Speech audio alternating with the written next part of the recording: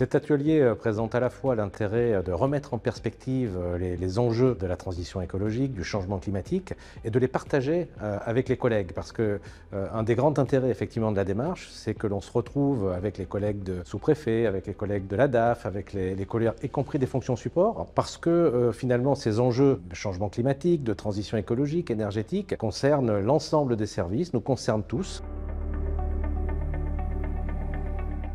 Tous autant qu'on est au sein des services de l'État, on voit que on a nos expériences individuelles et puis on a nos expériences professionnelles et qu'on voit bien qu'il y a une conscience qui monte sur ces sujets-là et que là on est en train d'essayer d'homogénéiser le niveau de connaissance sur cette thématique qui est particulièrement importante.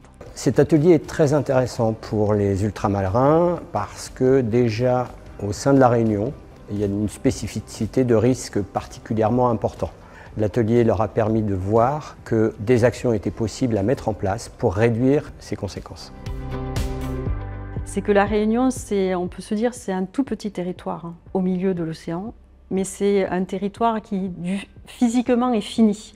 Donc je pense que ça nous donne tous conscience en tout cas qu'on est sur un bout de terre dont il faut prendre le plus grand soin. Sur l'urgence à agir, je pense qu'on a des phénomènes climatiques qui sont plus violents. Cette violence-là, et elle pousse aussi, moi je trouve, à réagir, à prendre conscience des phénomènes et à se dire mais comment on peut agir pour que ces phénomènes soient atténués et comment on peut s'y adapter demain. Parce que des études ont été conduites par Météo France que l'on va faire face à nouveau une élévation de ce niveau de la mer, des cyclones sans doute plus puissants dans le futur en raison du changement climatique. Et je crois qu'à la fois les services, les collectivités et les citoyens ont bien conscience qu'à La Réunion, il faut qu'on mette en place à la fois bien sûr ce qui va nous permettre d'atténuer nos émissions de gaz à effet de serre par exemple, de préserver notre biodiversité, mais aussi de se préparer au changement climatique. Et donc les enjeux d'adaptation au changement climatique sont peut-être encore plus forts ici qu'ailleurs.